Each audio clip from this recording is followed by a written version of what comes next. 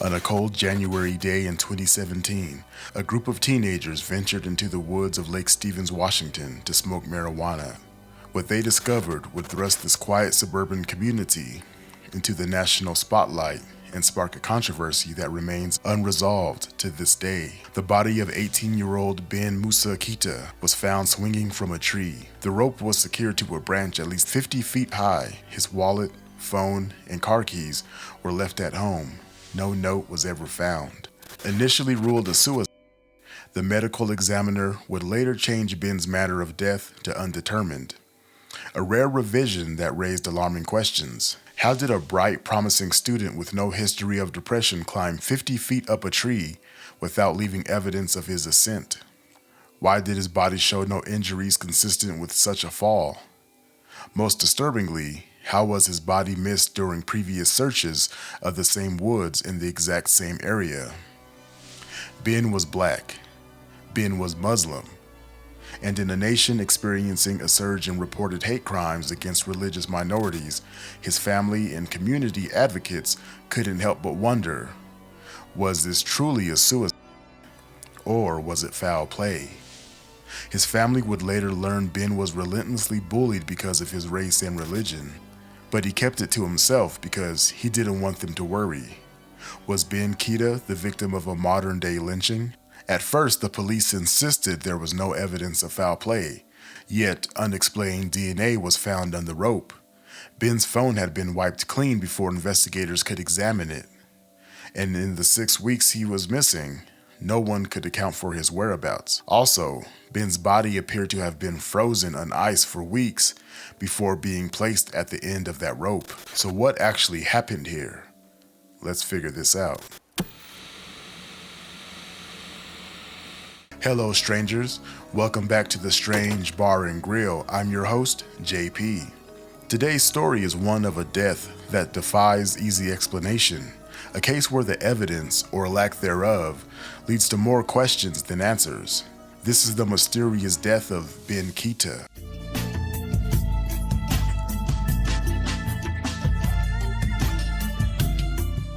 Ben Moussa Keita was born on October 18, 1998, to Ibrahima and Asita Keita, a black Muslim family. In the year 2000, the family moved to Lake Stevens, Washington, a community north of Seattle, seeking good schools for their children. By all accounts, Ben was a promising young man. He was described by those who knew him as respectful, generous, and kind-hearted. His family characterized him as a good student who was never rebellious and always had a smile. Ben's father, Ibrahima, said his son was happy. He was on track to graduate high school in 2017 and was already taking classes at Everett Community College through an academic acceleration program. Ben had a clear vision for his future. He wanted to pursue medical training and become a medical examiner, a career choice partly inspired by his own experience with sickle cell anemia and his interactions with medical professionals. According to his father, Ben had no history of depression, no history of anxiety, no known psychological breakdowns at all whatsoever. So what happened here? On November 26, 2016, Ben's family reported him missing. He had left home early in the morning, but left behind his wallet, phone, and car keys, items most people, especially teenagers, would not leave home without. The family was particularly concerned because the temperatures were freezing, which could trigger problems related to Ben's sickle cell anemia. As the investigation into Ben's disappearance progressed, troubling details emerged. Authorities discovered that Ben hadn't attended his college classes for 3 weeks before he vanished. He also didn't show up for his shifts at the local McDonald's on November 25th and 26th. This behavior was inconsistent with Ben's reputation as a diligent student and reliable employee. What made Ben veer off his normal path? Lake Stevens High School confirmed that Ben was taking classes exclusively at the community college that semester. Because Ben was 18, the college did not notify his family about his absences. Consequently, the Keitas were unaware of these red flags until after he went missing. The initial search effort took place primarily on November 30th and December 1st, 2016.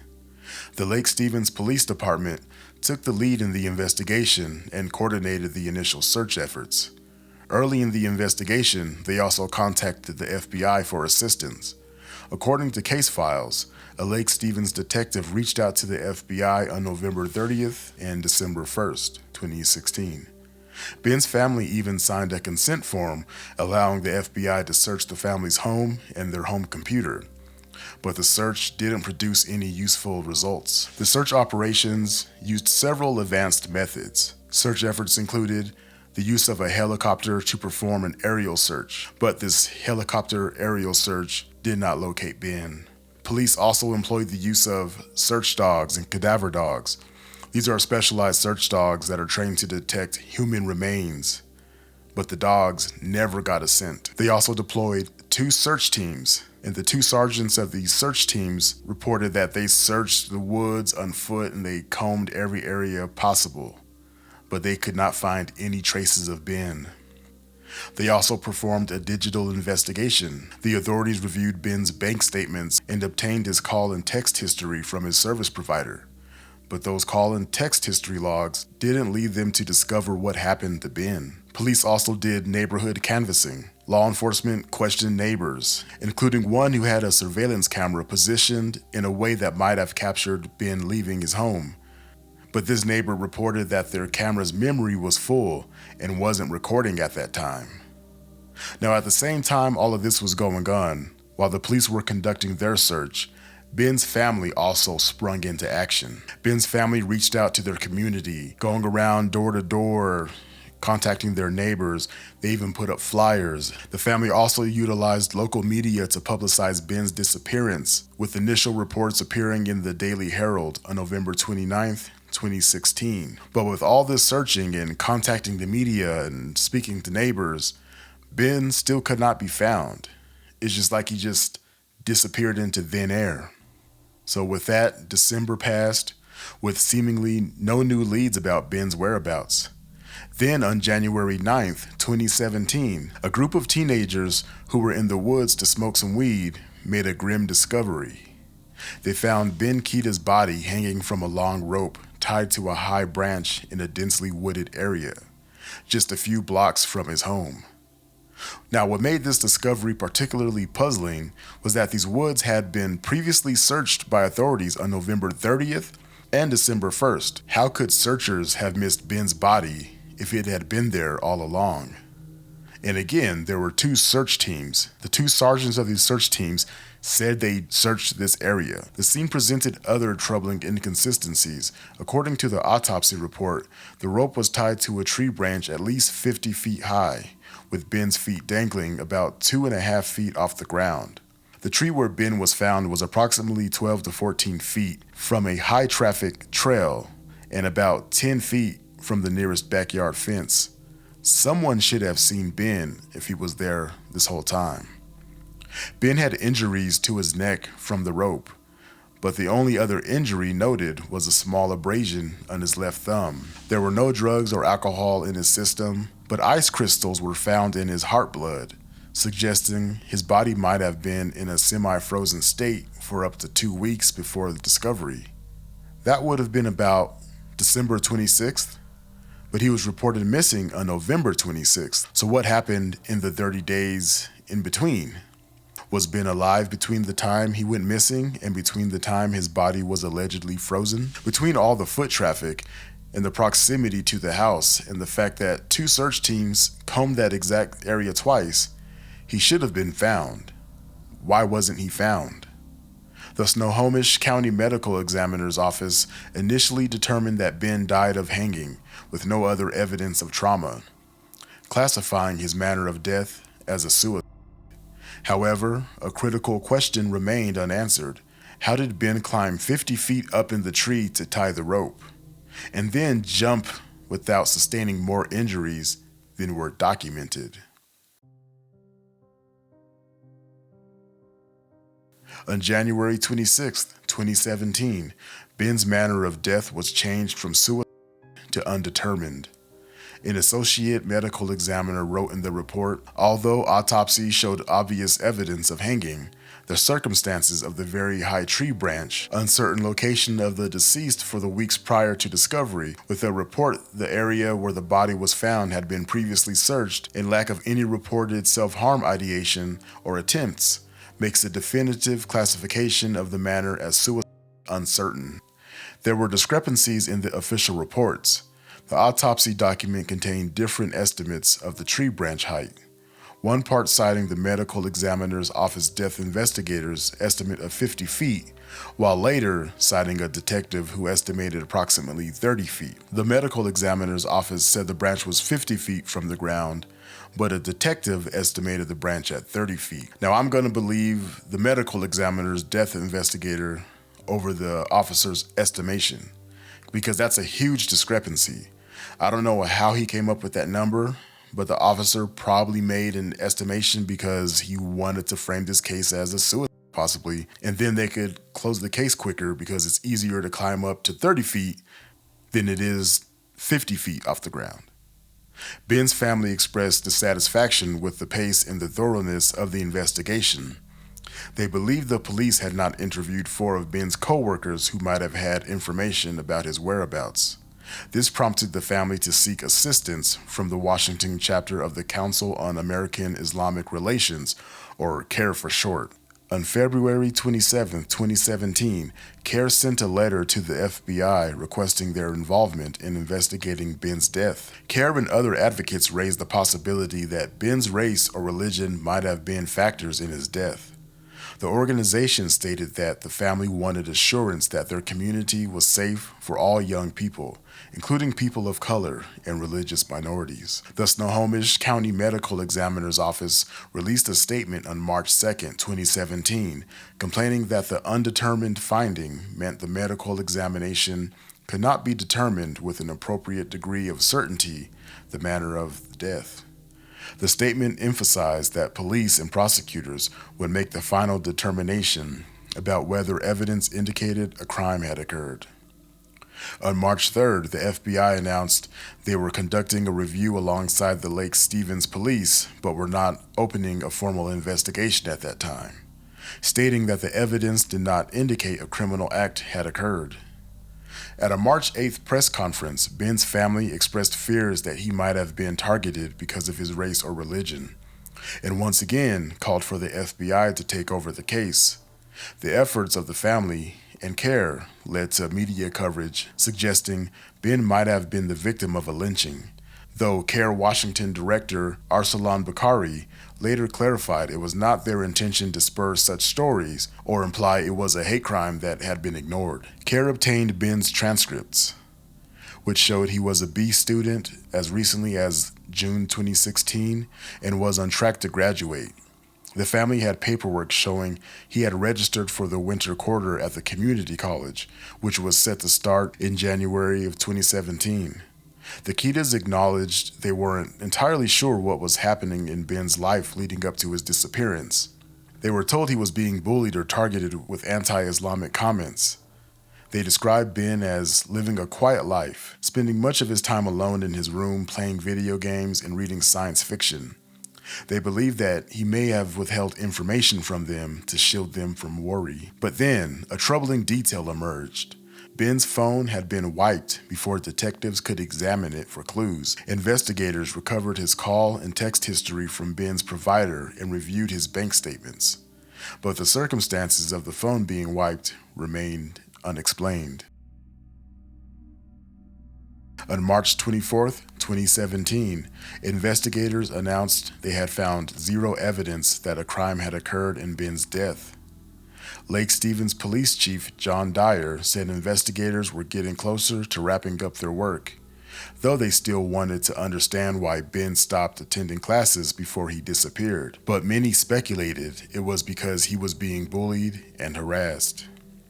By this point, the findings of the Lake Stevens police had been reviewed by both the FBI and the State Attorney General's office. Chief Dyer told the Daily Herald that new information had come to light in recent weeks. But it didn't answer every question.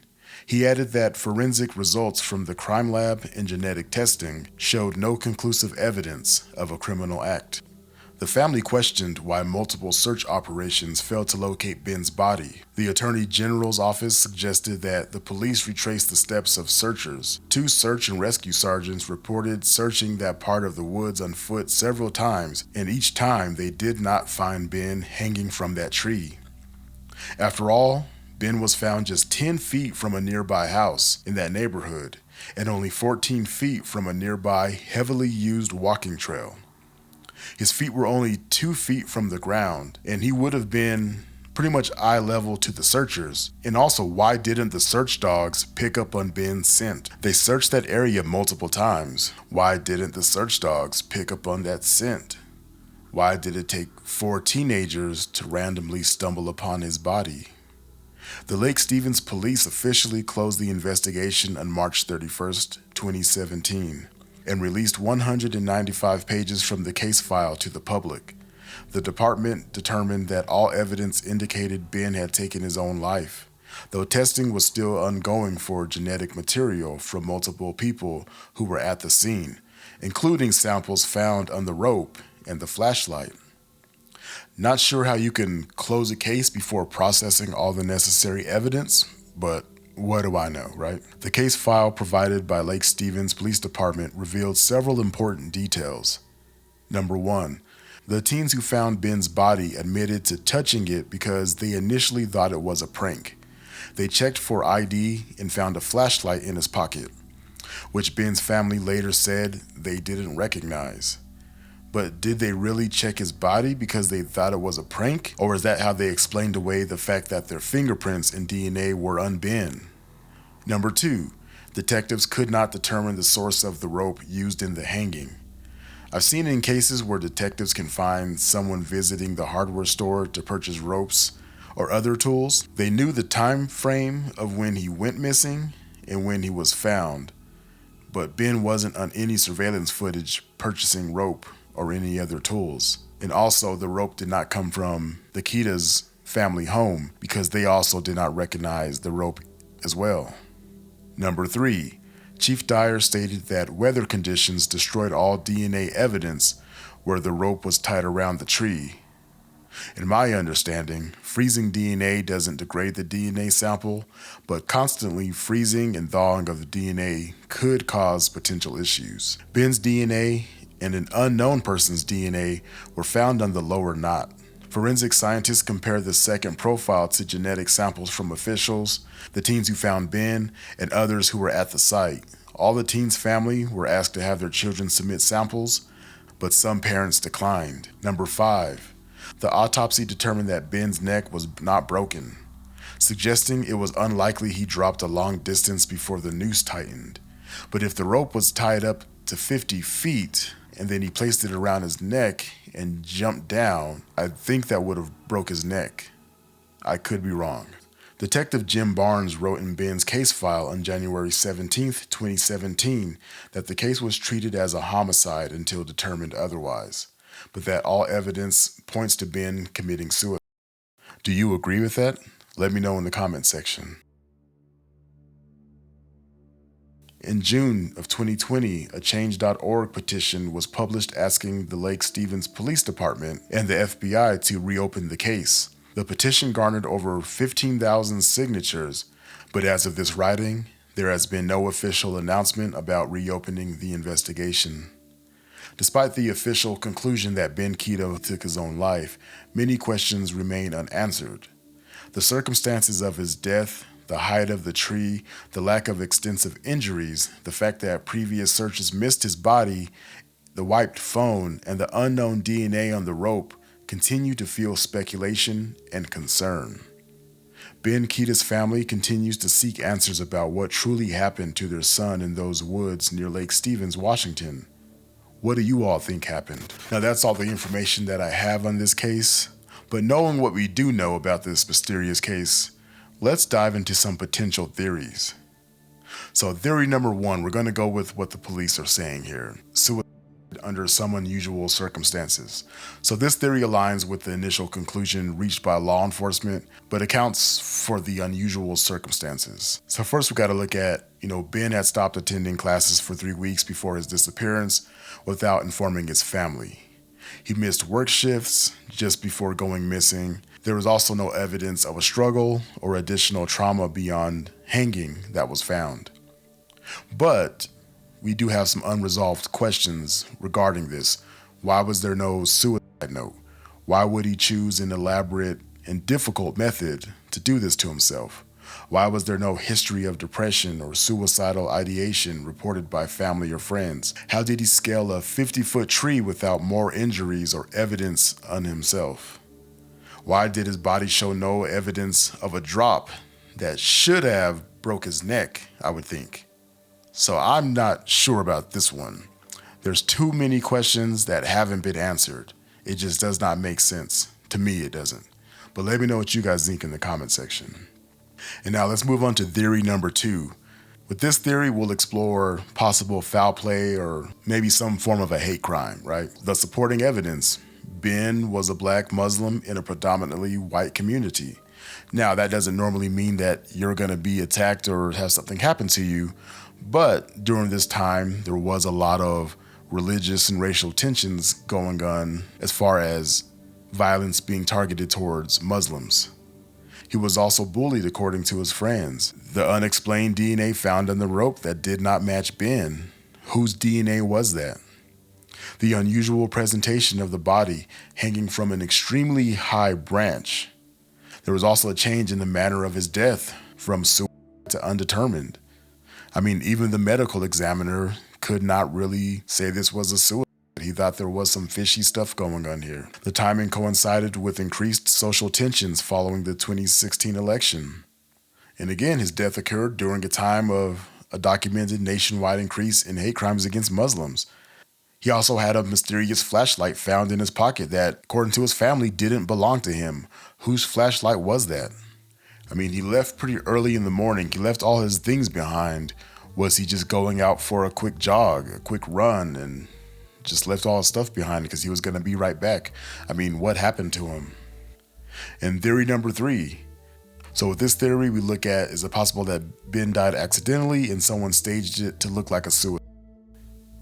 And the evidence that would support this would be lack of injuries consistent with the fall from that 50 feet height. His phone was wiped. Why was his phone wiped? That's pretty suspicious as well. The unidentified DNA on the rope, whose DNA is that? The extremely high branch location. It was pretty difficult to access. I mean, it's 50 feet up in a tree. Who had access to be able to tie that rope up in a tree? I would think you would need like a ladder maybe to get up that high. Maybe not, I don't know. The missing items, his wallet, his phone, his keys, they're all left at home. Was he just looking to meet someone? But again, what kind of accident could have occurred at this point? Who would have had the motive to stage the scene? And how would they have managed to stage such an elaborate scene without detection? And again, they found ice crystals in his heart blood.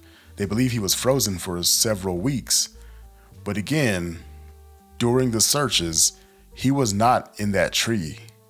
They had search dogs, cadaver dogs. They had 2 search teams that searched that same area. No one saw him. He was only 14 feet from a busy walking path. He was 10 feet away from houses. No one saw his body for like 2 months. I find that hard to believe. And my last theory was Ben having some type of mental health crisis. So with this theory, we have to explore maybe Ben was having a mental health crisis unknown to his family, right? Ben suddenly stopped attending classes 3 weeks before his disappearance. He missed work shifts without any explanation. He spent a lot of time in his room. I mean, a lot of people spend a lot of time in their rooms. Teenagers spend a lot of time in their room playing video games and whatnot. But the issue with that is there was no history of mental health issues reported by his family or medical sources. And why would he choose such an elaborate method requiring significant planning? Why did his behavior change so suddenly? Was it due to the actual bullying? And again, why would he choose to hang himself? Why would he choose that manner? That just doesn't seem right. But what do you all think? Let me know what your theories are in the comment section. Which ones do you think is most likely to be the case here?